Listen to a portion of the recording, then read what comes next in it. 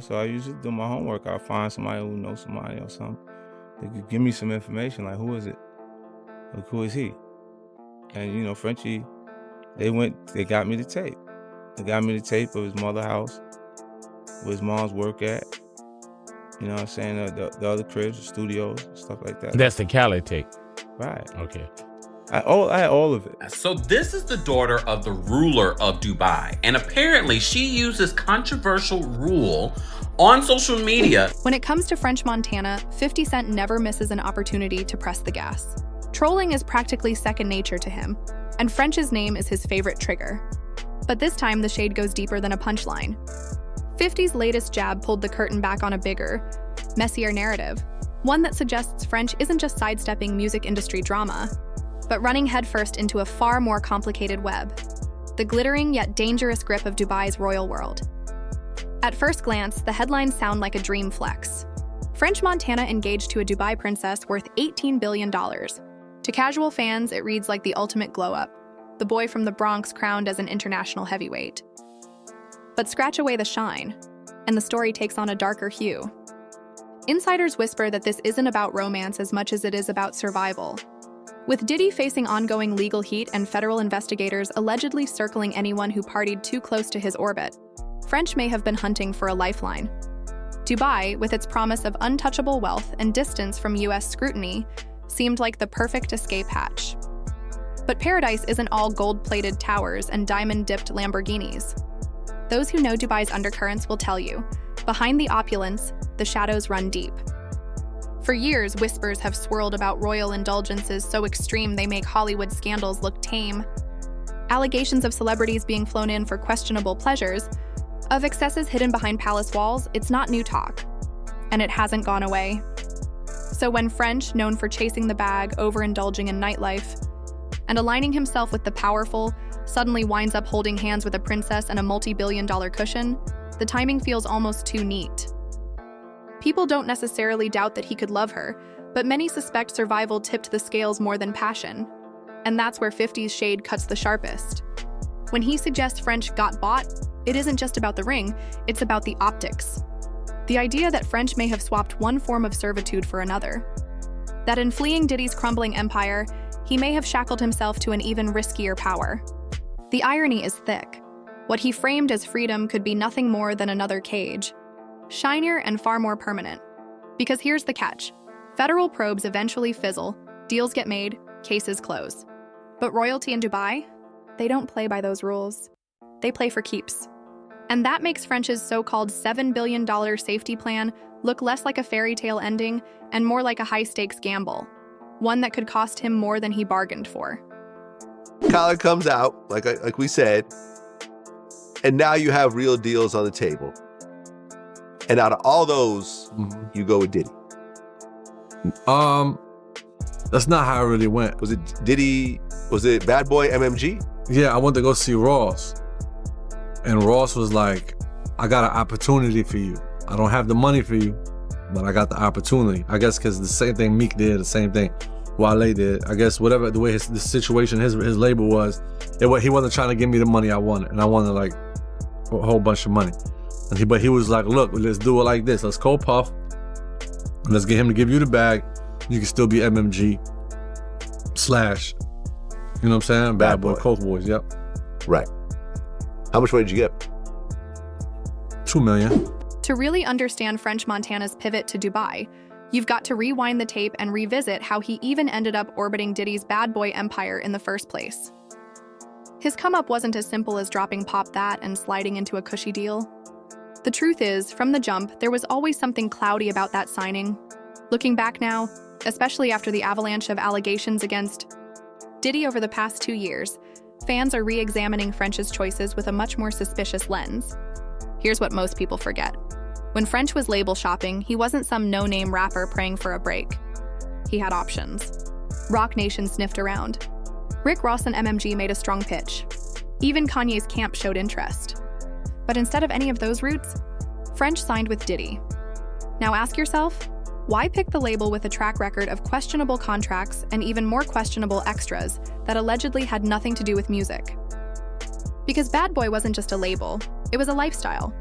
For artists who wanted more than a paycheck, that lifestyle was the real currency. And according to whispers that have never really died down, Diddy didn't just hand French a contract.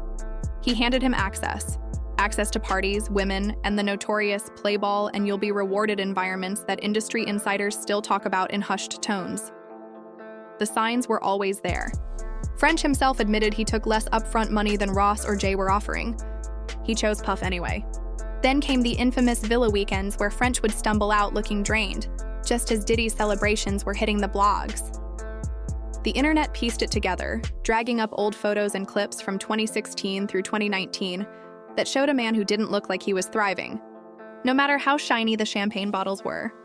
After Diddy's 2024 arrest, when producers and former associates started speaking out about the cost of admission, the speculation around French got louder. One producer even claimed Diddy blackballed him for refusing to join a so-called freak-off. So naturally, people looked back at French's rapid rise under Bad Boy and said, "Oh, so you stayed? You signed that deal?" We know what that means. Is there a receipt with French's name? No, but the circumstantial tea is overflowing. Diddy gifting French a French vanilla Ciroc flavor right after one of their all-nighters. That viral birthday video where Puff's in a robe, French shirtless, both looking worn, and French openly admitting he wanted the big bag, and Puff was the only one willing to hand it over.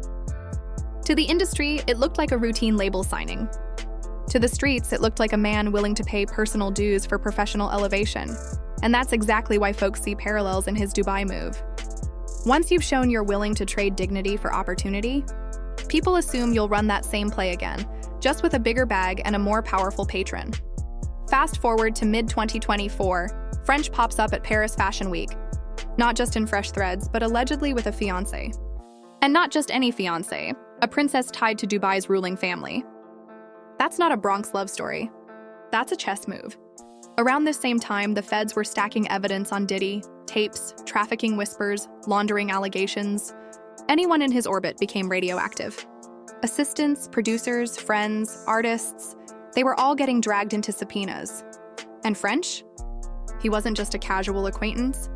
He was practically Diddy's shadow, the birthday trips, the champagne endorsements, the endless cosigns. If prosecutors wanted to lock in their case, French's name was bound to surface. So what did he do? He didn't just leave the States. He linked himself to one of the wealthiest dynasties in the Middle East. Reports say her family's worth over $18 billion. That's oil money, old money, the type of wealth that makes billions look like pocket change. And marrying into that doesn't just bring luxury, it brings protection. It grants new citizenship, a shield of residency, and access to a country that doesn't exactly welcome outside investigators poking around their elite. To fans, it looks like a whirlwind romance.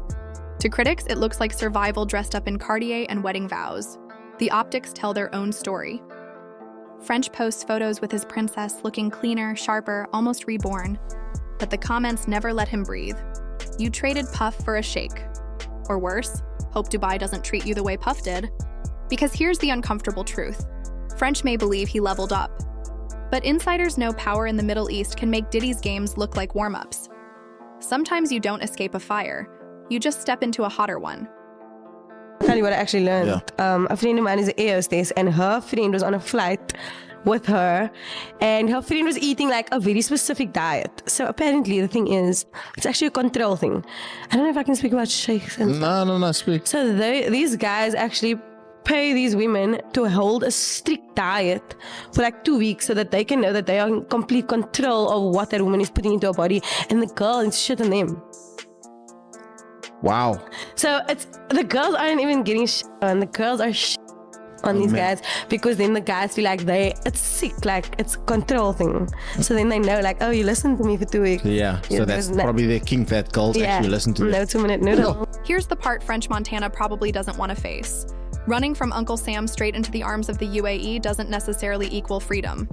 Sometimes it just means you've signed a different kind of contract. Dubai sells itself as a postcard. Lamborghinis on highways, glass towers slicing the sky, tigers lounging on yachts. But behind the glitz, the whispers have been ugly for years. Influencers fly in dazzled by tax-free luxury, then slip back home whispering about palace parties where guests weren't treated like people, but like props. Men and women alike. In that world, outsiders don't set the rules. They are the toys. Now drop French Montana into that picture, standing beside Shikamaru's $18 billion dynasty. By comparison, he isn't rich, he's ornamental. He brings shine, sure, but no real leverage. And when your new father-in-law is one of the most powerful autocrats alive, being ornamental is a dangerous position. French's fame doesn't shield him. It simply makes him more visible. People online are already connecting the dots. This doesn't look like French escaping Diddy. It looks like French upgrading to new handlers. Instead of Miami villas and bad boy freak-offs, the setting shifts to private palaces in Dubai. The power dynamics? Same game, bigger stage, and let's not pretend this family is scandal-free. Remember when Shikamaru shocked the world in 2024 by divorcing her husband with just 3 words? I divorce you. On Instagram? It was bold, even admirable, but it also pulled the curtain back on how chaotic royal life can be. Then there's the darker history. Princess Latifah's failed escape, Princess Shamsa's alleged abduction, both tied back to the same ruler who now happens to be French's father-in-law. When power at that scale decides to move against you, the fairy tale sheen doesn't just crack, it shatters.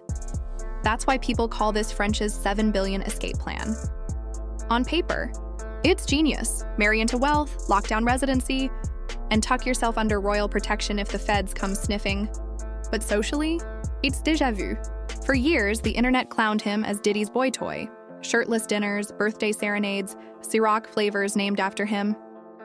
Now the narrative says he's traded one sugar daddy for an entire dynasty of them. The irony stings. Hip-hop framed French as the scrappy underdog, Moroccan grit, Bronx hustle, Coke boy pride. But Dubai's royalty don't play by industry rules. You don't outshine them, you don't embarrass them, and you certainly don't outlive your usefulness. If even a fraction of the whispers are true, French didn't break free from a velvet leash. He just fastened a golden one.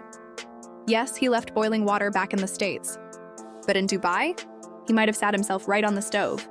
Table, and I'm sure there were some other ones also. Yeah. I came to Steve Rifkin when I had Chopper Down. Mm-hmm.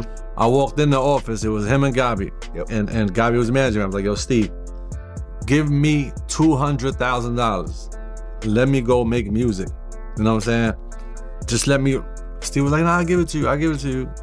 Never got it. Never got it. I dropped. Which is funny because Gabi's the president of SRC. Steve is like the CEO, but so I don't know what type of but Steve makes the final call. Yeah. So I asked for $200,000. You know what I'm saying? And it's like, here's the gag. Through all this chaos, the loudest voice dragging French isn't the blogs or the fans, it's 50 Cent. But pause for a second. What if 50 isn't just clowning? What if he's low-key trying to warn him? Because that's 50's style. Big brother energy wrapped in relentless roasting. He's been shading French for years, calling him washed, calling him Diddy's leftover. But maybe, just maybe, he sees the setup French is walking into. A trap that doesn't look like chains, but smells exactly like one of those velvet cages people whisper about in Dubai. But flip the lens. What if French doesn't see it as a trap at all? From the outside, we're shaking our heads like, damn bro, you sold your soul for protection. But maybe this was his vision from the start. Some men chase freedom. Others chase comfort. French might not feel like a prisoner in a palace. He might feel like he finally won. The kid from the Bronx who hustled mixtapes now waking up to gold-plated security, a princess on his arm, and a driver on standby. We might call it hell. To him, it could feel like heaven with central air. That's why 50's shots cut so deep. They sting with truth. Fifth built his legacy on independence, on ownership, on flipping street grit into boardroom power. French, meanwhile, may have flipped survival into servitude. But who's really winning? The man still fighting for credibility in rap? Or the man sipping tea behind palace gates, scandal-proof, untouchable, cushioned by $7 billion worth of insurance? It's messy. It's ironic. And it's the paradox French lives in now. To us, he looks like property. To him, he might feel like royalty. And maybe that's the biggest twist. 50 Cent might be roasting him, but French Montana might be grinning, thinking this was the plan all along.